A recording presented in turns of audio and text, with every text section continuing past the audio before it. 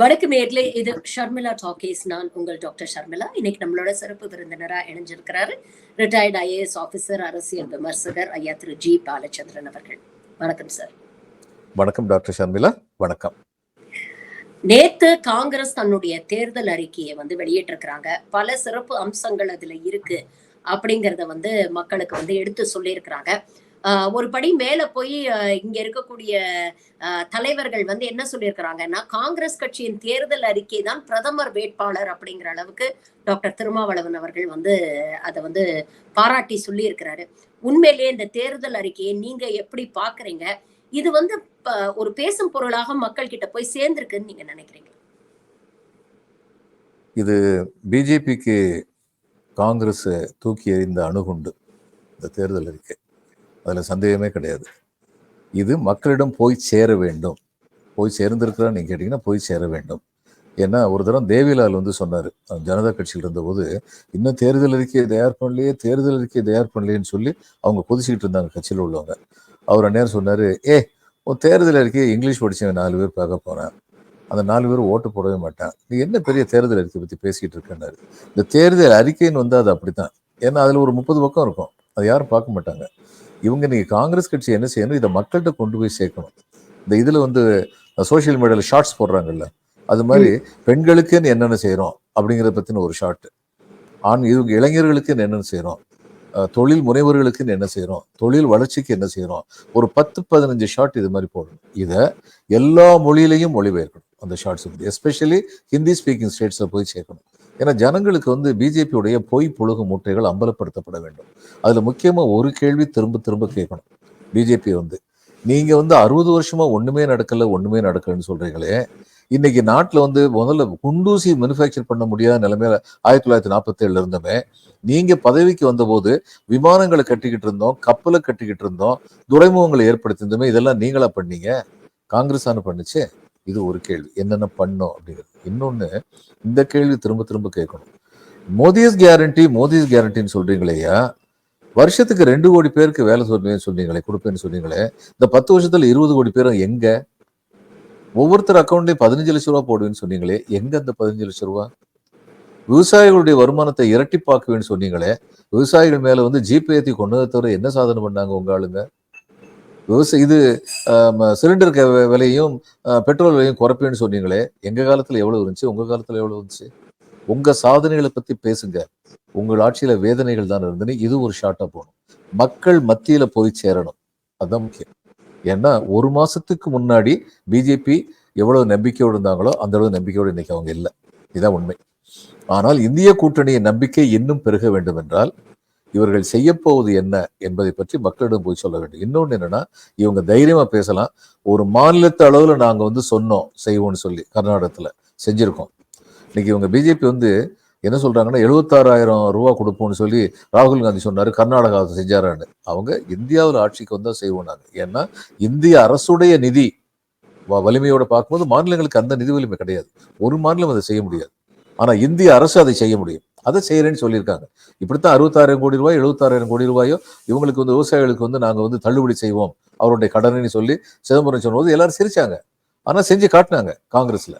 அதனால இது சொல்லணும், காங்கிரஸ் செய்ய முடிவதைத்தான் செய்கிறோம், சொல்லுகிறோம், சொன்னது அத்தனையும் செய்து முடிப்போம் அப்படின்னு சொல்லி மக்கள்கிட்ட தங்களுடைய பாஸ்ட் பெர்ஃபார்மன்ஸ் வச்சு பேசும். இப்போ நீங்க காங்கிரஸ் உடைய தேர்தல் அறிக்கையில ஹைலைட்ஸ்ன்னு என்னன்னு பாக்குறீங்க? இப்போ பொதுவாக பாஜக மீதே, பாஜகவுக்கு ஆதரவு அளிக்கக்கூடியவர்களுக்கே ஒரு சலிப்புத்தன்மை ஏற்பட்டிருக்கு அப்படிங்கறத இந்த கடந்த ஒரு மாசத்துல நம்ம பார்க்க வேண்டியிருக்கு. 10 வருஷத்துல மோடி சொன்னதை செஞ்சாரா அப்படின்னு கேட்கும் போது பல பேர்கிட்ட அந்த கேள்விக்கான பதில் இல்ல அப்படிங்கறத பாக்குறோம். அப்ப அந்த கேப்ப இந்த தேர்தல் அறிக்கை நிரப்பி இருக்கிறதா, பிரிட்ஜ் பண்ணி இருக்குன்னு நினைக்கிறீங்களா? What are the highlights of the Congress manifesto? இது மக்களுக்கான தேர்தல் அறிக்கை. தாங்கள் வாழ்வதற்காக தயாரிக்கப்பட்ட தேர்தல் அறிக்கை அல்ல. மக்களை சரியான முறையில் ஆள்வதற்காக தயாரிக்கப்பட்ட தேர்தல் அறிக்கை. இது மக்களுக்கான தேர்தல் அறிக்கை. இந்த தேர்தல் அறிக்கையில் இந்தியாவின் கூட்டாட்சி தத்துவம் பலப்படும் என்ற நம்பிக்கை பிறக்கிறது. மாநிலங்கள் வலிமையான மாநிலங்கள் தான் வலிமையான பாரதத்திற்கு வழிவகுக்கும் என்ற உண்மை தெள்ளத் தெளிவாக புலப்படுகிறது. இது மாநிலங்களுக்கு எந்த அளவுக்கு உரிமைகள் கொடுக்க வேண்டுமோ அந்த அளவுக்கு அவர்களால் இயன்ற அளவு உரிமைகள் கொடுப்பதற்கு முயற்சி செய்வார்கள் என்ற நம்பிக்கையை இந்த தேர்தல் அறிக்கை பிரதிபலிக்கிறது. இது நீட்டை ஒழிக்க வேண்டும் என்று சொல்லவில்லை. விருப்பம் இருந்தால் எடுத்துக்கொள்ளுங்கள், அது உங்களுடைய உரிமை என்று மாநிலங்களுக்கு சொல்கிறார்கள். பொதுப்பட்டியலிலிருந்து எவையெல்லாம் மறுபடியும் மாநிலங்களுக்கு செல்ல வேண்டுமோ அவைகளெல்லாம் மாநிலங்களுக்கு நாங்கள் திருப்பி அனுப்பிவிடுவோம் என்று சொல்கிறார்கள். இதெல்லாம் ரொம்ப முக்கியமான விஷயம்.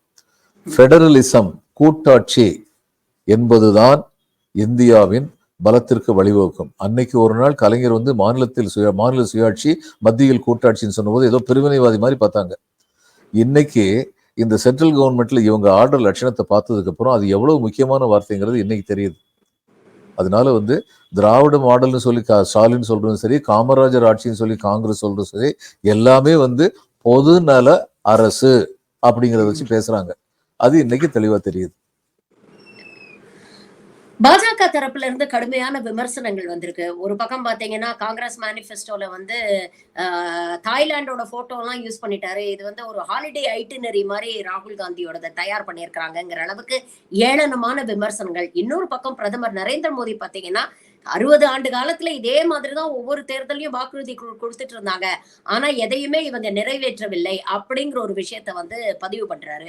நீங்க ஒரு அட்மினிஸ்ட்ரேட்டரா இருந்திருக்கீங்க, பல முக்கியமான மாநிலங்கள்ல எல்லாம் நீங்க ஒர்க் பண்ணியிருக்கிறீங்க. இதுல சொல்லக்கூடிய முக்கியமான அம்சங்கள், உதாரணத்துக்கு இந்த மகாலட்சுமி திட்டம் அப்படிங்கிறது, அதே மாதிரி எம்ப்ளாய்மெண்ட் கேரண்டி அப்படிங்கிறது, இதெல்லாம் நடைமுறையில் சாத்தியப்படுமா? இதெல்லாம் பிராக்டிகலா நாட் பாசிபிள் அப்படிங்கிற ஒரு விமர்சனம் வைக்கிறாங்க. இதற்கான ஃபண்ட்ஸை எங்க ஜெனரேட் பண்ணுவாங்க அப்படிங்கிற விமர்சனம் வைக்கிறாங்களே. ஆஸ் அன் அட்மினிஸ்ட்ரேட்டர் இதெல்லாம் பிராக்டிகலி பாசிபிள் நினைக்கிறீங்களா? இதெல்லாம் முடியுமா? முடியும், நிச்சயமா முடியும். அதாவது இன்னைக்கு டாக்ஸ் சிஸ்டத்தில் உள்ள லீக்கேஜை இன்னொரு 30 விழுக்காடு குறைச்சாலே நம்ம நாட்டுடைய இந்திய அரசுடைய வருமானம் 2 மடங்கு பெறும். 30 விழுக்காடு குறைச்சால். இதுதான் உண்மை. நீங்க ஒவ்வொரு வருஷமும் பட்ஜெட்டை பாருங்க, பல்லாயிரம் கோடி கணக்கான ரூபாய்கள் திட்டங்களுக்கு ஒதுக்கப்படும். மார்ச் 31 அதுல பல கோடி ரூபாய்கள் பயன்படுத்தப்படவில்லை என்று திருப்பி அனுப்பப்படும். அப்ப அந்த அளவுக்கு பணம் இருக்கு. இப்ப இந்த நாட்டு பட்ஜெட்ல நான் இருந்தபோது நிர்வாகத்தில் இருந்து சொல்லுங்க, எதுக்குமே இன்னும் கூட ஒரு 1000 கோடி ரூபாய் தேவைப்படுது ஷெட்யூல் காஸ்ட் டெவலப்மெண்ட். 1000 கோடி கஷ்டமே கிடையாது. தாராளமாக அந்த 1000 கோடி நம்மளால உருவாக்க முடியும். தேவையில்லாம செலவினங்களை கட்டுப்படுத்த முடியும். அடுத்து சிலவங்களுக்கு எக்கச்சக்கமா பணத்தை ப்ரொவைட் பண்ணியிருப்பாங்க. அவங்க செலவழிக்க மாட்டாங்கன்னு தெரிஞ்சே ப்ரொவைட் பண்ணியிருப்பாங்க. அப்போ இது பற்றாக்குறை பட்ஜெட்டை சமாளிக்கிறதுக்கான ட்ரிக் இதெல்லாம். இந்த மாதிரியான விஷயங்கள்லாம் தடுத்தால் நிச்சயமாக இந்த பணங்கள், நான் ஏற்கனவே சொன்னேன், 66,000 கோடி 76,000 கோடி சிதம்பரம் இவங்களுக்கு விவசாயிகளுக்கு நிவாரணம் கொடுப்போம், கடன்ல இருந்து நிவாரணம் கொடுப்போம்னு சொல்லி என்ன சொன்னாங்க? நடக்கக்கூடிய காரியமான்னு கேட்டாங்க, நடத்தி காமிச்சாங்கல்ல. அதனால இது எல்லாமே நடத்தி காண்பிக்க முடியும். ஒரு சில உடனடியாக துவங்க முடியாது. 1 லட்சம் ரூபாய் கொடுக்கறதுங்கிறது அடுத்த மாசமே துவங்க முடியாது. 2000 ரூபாய் கொடுக்குறோங்கிறதோ 1000 ரூபாய் கொடுக்கறதுங்கிறதோ உடனடியாக துவங்க முடியும். திமுகவும் கர்நாடகத்தில் காங்கிரஸும் செஞ்சு காட்டினாங்க. 1 லட்சங்கிறதுக்கு பட்ஜெட் ப்ரொவிஷனுக்கு வழி பார்க்கணும். ஆனால் வழி பார்க்க முடியும், அதுல சந்தேகமே கிடையாது. கொஞ்சம் கூட சந்தேகம். நிரவ் மோடி ஆளுங்க 13,000 கோடி ரூபாய் சுருட்டிட்டு ஓடினாங்கன்னா அவங்களெல்லாம் கொஞ்சம் பிடிக்க வேண்டியதானே, அவங்க சொத்தெல்லாம் இது பண்ண வேண்டியது தானே. அப்படி பண்ணாலே கிடைக்கும் பணம். ஓகே, நீங்க சொன்ன மாதிரி மோடி அரசுக்கு ஒரு வெடிகுண்டை காங்கிரஸ் மேனிஃபெஸ்டோ மூலமா போட்டிருக்கிறாங்க அப்படிங்கிற ஒரு விஷயத்தை நீங்க பதிவு பண்றீங்க.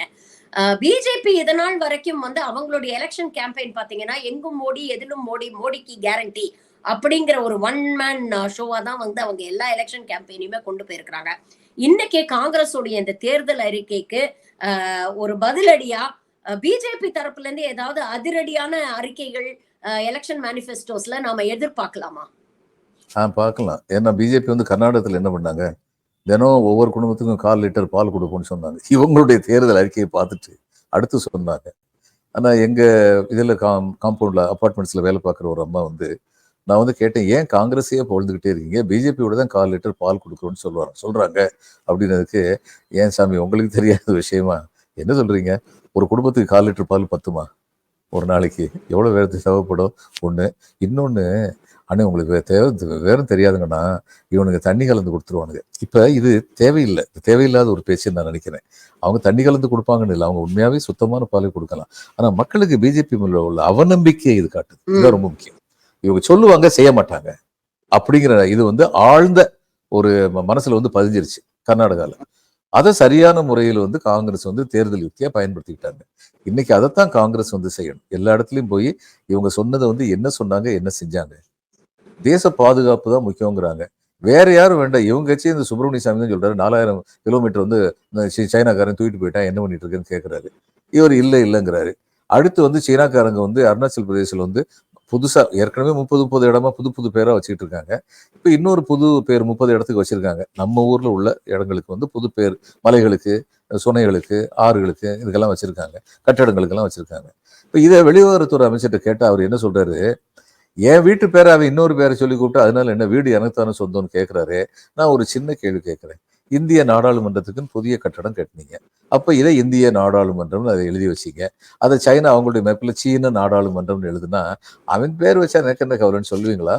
சொல்ல முடியுமா? அதனால இவ்வளவு தூரத்துக்கு ரொம்ப சாதாரணம் அதை கையாளுறது. தேச பாதுகாப்புன்னு சொல்ற இவங்க தேசத்தை பாதுகாக்கவில்லை அப்படிங்கிறதா உண்மை. இந்த லைட்னிங் அட்டாக்கா ஏதோ ஒரு அட்டாக்னு சொல்லி அடிக்கடி சொல்றாங்களே, இதெல்லாம் வெளியில பேசக்கூடாத விஷயங்கள். ஏன்னா அது ஹிந்து பத்திரிகை அதை போட்டிருந்தாங்க. இந்த மாதிரியான அட்டாக் வந்து 2 நாடுகளும் தொடர்ந்து செஞ்சுக்கிட்டே தான் இருக்கு. ஏன்னா கீழே உள்ள நிலையில உள்ளவங்ககிட்ட, ராணுவ வீரர்கள்ட்ட வந்து நீங்க வந்து பெரிய எத்திக்ஸ் எல்லாம் சொல்லிக் கொடுக்க முடியாது. அவங்களுக்கு எதிரியை அழிக்கிறது எப்படின்னு மட்டும்தான் சொல்லிக் கொடுக்க முடியும். இந்த நாட்டை சேர்ந்த ஒரு ராணுவ வீரனுடைய தலையை வந்து வெட்டி பாகிஸ்தான்காரங்க வந்து சிதைச்சு பண்ணாங்கன்னா, நம்ம இந்திய நாட்டு ராணுவத்துக்காரங்க என்ன பண்ணுவாங்க, சரியான ஆப்பர்ச்சுனிட்டிக்காக வெயிட் பண்ணி அதே மாதிரி அங்க போய் ஒருத்தன் தலையை வெட்டிட்டு வந்துடுவாங்க. அது போர். All is fair in war and love அப்படின்னு தான் அவங்க பார்ப்பாங்க. இப்ப இதையெல்லாம் வெளியில சொல்லிட்டு இருக்க கூடாது. ஏன்னா மேல நம்ம என்ன யோசிக்கிறோம், இந்த மாதிரி சண்டை சச்சரவு இல்லாம சமாதானத்துக்கு எப்படி போறதுன்னு யோசிச்சுட்டு இருக்கோம். அந்த நேரத்தில் அவன் வெட்டி கொண்டு வந்துட்டு தெரியுமா, இது எவ்வளவு பெரிய விஷயம் தெரியுமா அப்படின்னு சொல்லி பேசுறது வந்து மேல உள்ளவங்களுக்கு அழகு கிடையாது. எது வந்து பேசப்படக்கூடாதோ அதையெல்லாம் பெரிய சாதனை மாதிரி பேசினாங்க. புல்வாமாவை பத்தி அந்நேரம் ராகுல் காந்தி ஒரு சந்தேகம் கிளப்பினாரு. இது தேவைதானா, இந்த இடத்துல இந்த மரணங்கள் தவிர்க்கப்பட்டிருக்க கூடாதா அப்படின்னு கேட்டது. தேசபக்தி இல்லாம பேசுறாங்க, நம்ம ராணுவத்தை வந்து குறை சொல்றாங்கன்னு சொன்னாங்க. அடுத்து ஜேஎன்கேல கவர்னரா இருந்த சத்யபால் மாலிக் வந்து சொன்னாரு, இது இன்டெலிஜென்ஸ் ஃபெயிலியரு, அவங்களை வந்து அந்த மாதிரி இதில் ரோட்ல போக வச்சிருக்க கூடாது அப்படின்னு சொல்லி சொன்னாரு. சத்யபால் மாலிக் ஒண்ணு இவங்க என்ன பதில் சொன்னாங்க, அவர் வீட்டுக்கு சிபிஐ அனுப்புனாங்க. இது அவங்க சொன்ன பதில். ஆனால் இந்த நாட்டு ராணுவத்திற்கு தலைமை அதிகாரியா இருந்த general officer in command, former general officer in command general Roy Chowdhury அதே குற்றச்சாட்டை கூறினார். இது இன்டெலிஜென்ஸ் ஃபெயிலியர், அரசுடைய ஃபெயிலியர்னு.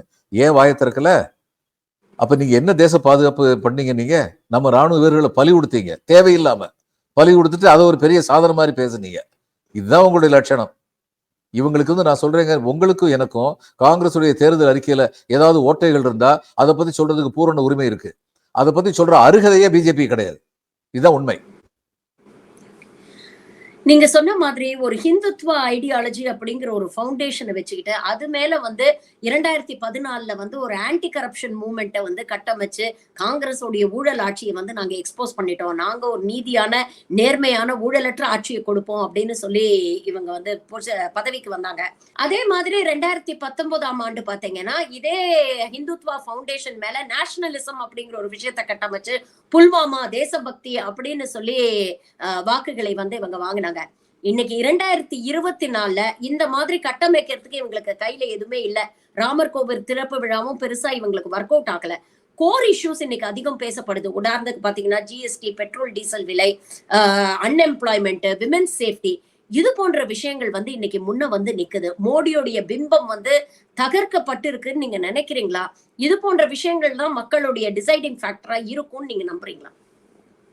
மேல்மட்டத்தில் மோடியுடைய முகமூடி முற்றிலுமாக தவிர்க்கப்பட்டு விட்டது. ஆனால் மக்களிடத்தில் சென்று சேர்க்க வேண்டும் இந்த செய்திகளை. மறுபடியும் நான் அதை தான் சொல்றேன். அவர்களை வந்து இவங்க வந்து ஒரு கேமோஃப்ளேஜ் கொடுத்து இன்னும் வச்சிருக்கலாம் மோடி வந்து. இப்போ இவங்களுடைய முகமூடி ஒவ்வொன்றா ஏன் தவிர்க்கணும்னா, முதல்ல ஹிந்துத்துவங்கிற அடிப்படையில் ராமர் கோயில் ரொம்ப கை கொடுக்கும்னு நினைச்சாங்க. பாருங்க, இதுல பார்லிமெண்ட்டுங்கிறது வந்து நம்முடைய கான்ஸ்டியூஷன், அரசியலமைப்பு சட்டம் என்ன சொல்லுது? Parliament consist of the president of India, the Lok Sabha அந்த ராஜ்யசபா. இது மூணு சேர்ந்தது தான் நாடாளுமன்றம். பிரசிடென்ட் வந்து இன்டெகிரல் பார்ட் ஆஃப் நாடாளுமன்றம். அப்ப இந்த நாடாளுமன்றத்துக்கு நீங்க ஒரு புது கட்டடம் கட்டி கொண்டு வரும் பொழுது அந்த இன்டெகிரல் பார்ட் ஆஃப் நாடாளுமன்றம் இருக்காங்களே அந்த பிரசிடென்ட், அவங்கள நீங்க கூப்பிட்டுருக்க வேண்டாமா? நீங்க கூப்பிடலன்னு சொல்லி காங்கிரஸ் சொன்னோன்னே அது பெரிய பிரச்சனை ஆகக்கூடாதுன்றதுக்காக டைவர்ஷனரி டாக்டிக்ஸா எங்கேயோ செட்டியார் கடையில் வாங்கிட்டு வந்த உடனே செங்கோல், சோழ நாட்டு செங்கோல் அப்படி சொல்லி பெருசா டைவர்ட் பண்ணாரு. டைவர்ஷனரி டாக்டிக் இவங்க வந்து பண்ணாங்க.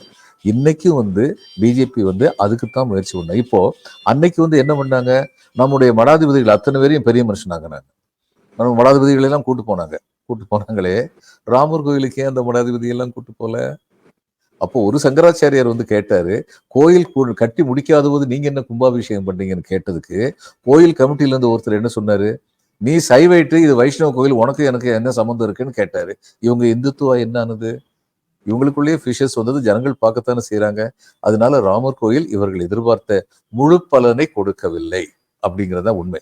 அப்ப இவங்களுக்கு ஒவ்வொன்றா இவங்க எதெல்லாம் எடிஃபிஸா இருக்கும்னு நினைச்சாங்களோ அதெல்லாம் தகுந்துட்டு இருக்கும்போது, மக்களுக்கு வந்து கடைசியில் என்ன முக்கியம்? மக்களுக்கு முக்கியம் தங்களுக்கு நல்லாட்சி நடைபெறுகின்றதா அப்படிங்கிறத முக்கியம். முறை செய்து காப்பாற்றும் மன்னவன் மக்களுக்கு இறையென்று வைக்கப்படும்னு வள்ளுவர் சொன்னார். இன்னொன்னு சொன்னாரு, அல்லற்பட்டு ஆற்றாது அழுத கண்ணீர் அன்றே செல்வத்தை தேய்க்கும் படை அப்படின்னு சொன்னாரு. இதெல்லாம் இன்னைக்கு உண்மையாகிட்டு இருக்கு. ஜனங்கள்கிட்ட வந்து இவங்க போய் கேட்கணும், 400 ரூபாய்க்கு வித்தமே கேஸ் சிலிண்டரை 1400 ரூபாய்க்கு கொண்டு வந்தாங்களே, இதுதான் இவங்க உங்களுக்கு பண்ண நன்மையா? இது வந்து கொடுத்தாங்களே, கேஸ் ஸ்டவ் வந்து கொடுத்தாங்களே, ஒரு தடவை 2 தடவை கேஸ் சிலிண்டர் கொடுத்தாங்க, அதுக்கப்புறம் ஸ்டவ் சும்மா தானே தூங்கிக்கிட்டு இருக்கு, இதுக்கு அந்த ஸ்டவ் வந்து என்ன பிரயோஜனம் அப்படின்னு கேட்டா அதுக்கு பதில் இருக்கா? நீங்க ஒரு நாடு பூரா வந்து கழிப்பறைகள் கட்டுவேன்னு சொன்னீங்க, ரொம்ப சந்தோஷம், செய்ய வேண்டியதுதான். அதுக்கு தண்ணி வசதி பண்ணி கொடுத்தீங்களா? கேட்கணும். கேட்கும் போதுதான் தெரியும் எந்த அளவுக்கு மாய்மாலம் பண்ணியிருக்காங்க. காங்கிரஸ் உடைய தேர்தல் அறிக்கையிலேயே வந்து முக்கியமா குறிப்பிட்டிருக்கிற ஒரு விஷயம் நீங்க பாத்தீங்கன்னா, 2 கேள்விகளை மக்கள் கேட்க சொல்றாங்க. உங்களுடைய வாழ்க்கை தரம் வந்து 2014க்கு அப்புறம் இந்த 10 வருஷத்துல எந்த அளவுக்கு உயர்ந்திருக்கு அப்படிங்கறத யோசிச்சு பாருங்க. உண்மையிலே நீங்க சுதந்திரமா சந்தோஷமா இருக்கிறீங்களா? எந்தவித அச்சமும் இல்லாமல் உங்களால் வாழ முடிகிறதா? அப்படிங்கிற 2 கேள்வியை கேட்டு பாருங்க. அப்பவே தெரிஞ்சிடும் இது காங்கிரஸ் வர்சஸ் பிஜேபிங்கிற ஒரு தேர்தல் கிடையாது. இது வந்து சனநாயகம் வர்சஸ் சர்வாதிகாரம் அப்படிங்கிற ஒரு தேர்தல். சுதந்திரம் வர்சஸ் அடிமைத்தனம் அப்படிங்கிற ஒரு தேர்தல். சந்தோஷம் வர்சஸ் அச்சம் அப்படிங்கிற ஒரு தேர்தல். சமூக நீதி வர்சஸ் சனாதனம் அப்படிங்கிற ஒரு தேர்தல். யோசிச்சு ஓட்டு போடுங்க அப்படிங்கிற ஒரு விஷயத்தை பதிவு பண்ணியிருக்கிறாங்க. காங்கிரஸ் உடைய இந்த ஒரு ஆட்டிடியூட் எப்படி பாக்குறீங்க? இது ஒரு பொலிட்டிக்கல் பிளாட்ஃபார்ம் இல்லாம ஒரு ஐடியாலஜிக்கல் பிளாட்ஃபார்ம்ல செய்யப்பட வேண்டிய ஒரு போர் அப்படிங்கிற மாதிரி அவங்க நிலைநிறுத்தி இருக்கிறாங்களே, இதை எப்படி பாக்குறீங்க? இது சரியான பேச்சுதான். ஆனால் சரியான அணுகுமுறை என்பது இன்னும் ஒரு கேள்வி கேட்கணும். எந்த முறையில ஆட்சி செய்யறதா சொல்லிக்கிட்டு இருந்தாலும் அந்த முறையினால உங்களுக்கு பலன் கிடைச்சிருக்கா? உங்களுடைய அடுப்பு வந்து தொடர்ந்து எரியறதுக்கு உதவி செய்யிருக்காங்களா? உங்களுடைய பிள்ளைகள் கல்வி கற்பதற்கு ஏற்பாடு பண்ணியிருக்காங்களா? உங்களுக்கு என்ன 5 கிலோ தானியம் மட்டும் கொடுத்தா போதுமா? உங்களுடைய பிள்ளைகள் படிக்க வேண்டாமா? இந்த தானியத்தை எத்தனை வருஷத்துக்கு கொடுக்க போறாங்க? ஆனா பிள்ளைங்க படிச்சிச்சுன்னா அந்த பிள்ளைங்களே சம்பாதிச்சு அந்த தானியத்தை கொண்டு வருவேன். அதுக்கான ஏற்பாடு இவங்க என்ன பண்ணியிருக்காங்க? நாங்க ஆள்ற மாநிலத்தில் நாங்க என்ன பண்ணியிருக்கோம்? இவங்க என்ன பண்ணியிருக்காங்க? ஏன் பண்ணல? இதை தவிர அந்த திரும்ப திரும்ப அந்த 3 கேள்வி, அதாவது அந்த 3 கேள்வியிலிருந்து தப்பிக்கணுங்கிறதுக்காகத்தான் எல்லா டைவர்ஷனரி டாக்டிக்கும் பிஜேபி பண்ணுது. 2 கோடி வேலை என்னாச்சு முதல்ல அதை சொல்லு. நீ கச்சத்தீவை பத்தி பிறகு பேசுப்பா. இந்த 4000 ஸ்கொயர் கிலோமீட்டர் என்னாச்சு அதை பத்தி சொல்லு. நீ பெரிய விமான நிலையம் கட்டுறேன்னு சொல்றியா, அதெல்லாம் இருக்கட்டும்ப்பா. பிளேன்ல வந்து பணக்காரங்கள்லாம் போவாங்க, சந்தோஷம்தான். இந்த 3 சென்னையிலையும் திருநெல்வேலியிலையும் தூத்துக்குடியிலையும் இவ்வளவு பெரிய வெள்ளம் வந்துச்சு, அதுக்கு நீ என்ன கொடுத்த அதை பத்தி பேசு. எனக்குன்னு அரசுல ஒதுக்கி வச்சிருந்த 900 கோடியை கொடுத்துட்டு அது நாங்க கொடுத்தோம்னு பேசாது. அது ஏன் பணம், ஏன் பணத்தை என்கிட்ட கொடுத்துருக்க, நீ என்ன கொடுத்த, அதுக்கு பதில் சொல்லு. ஒவ்வொரு மேடையிலையும் திரு மோடிக்கு எதிராக இந்த முழக்கங்கள் எழுப்பப்பட வேண்டும். மோடி அவர்களே, தேர்தலுக்கு மட்டும் தமிழ்நாட்டுக்கு வருகின்ற மோடி அவர்களே, இதற்கு எங்கள் கேள்விகளுக்கு முதலில் பதில் சொல்லுங்கள். உங்கள் எல்லா கேள்விகளுக்கும் அதற்கப்புறம் நாங்கள் பதில் சொல்லுகிறோம். முதலில் கேள்வி கேட்டவர்கள் நாங்கள். எங்கள் கேள்விக்கு பதில் சொல்லிவிட்டு உங்களுடைய கேள்வியை துவக்குங்கள். இப்படி சொல்லணும். இது மோடி மட்டும் இல்லை, வானதி சீனிவாசன்ல இருந்து ஆரம்பிச்சு எல்லாத்தையும் கேட்கட்டும், பதில் சொல்லட்டும். இதே மாதிரிதான் அகில இந்திய அளவிலும் கிரவுண்ட் லெவல்ல வந்து இவங்க போய் பேசணும். ஸ்ட்ரீட் கார்னர் மீட்டிங், திண்ணை கூட்டங்கள் இவைகள் நடத்த பெறல் வேண்டும். அதுதான் ரொம்ப முக்கியம். பல விஷயங்களை இன்னைக்கு எங்களோட பகிர்ந்துட்டீங்க. உங்க நேரத்துக்கும் கருத்துக்களுக்கும் மிக்க நன்றி sir. Thank you very much for joining. வணக்கம்ங்க. வணக்கம்.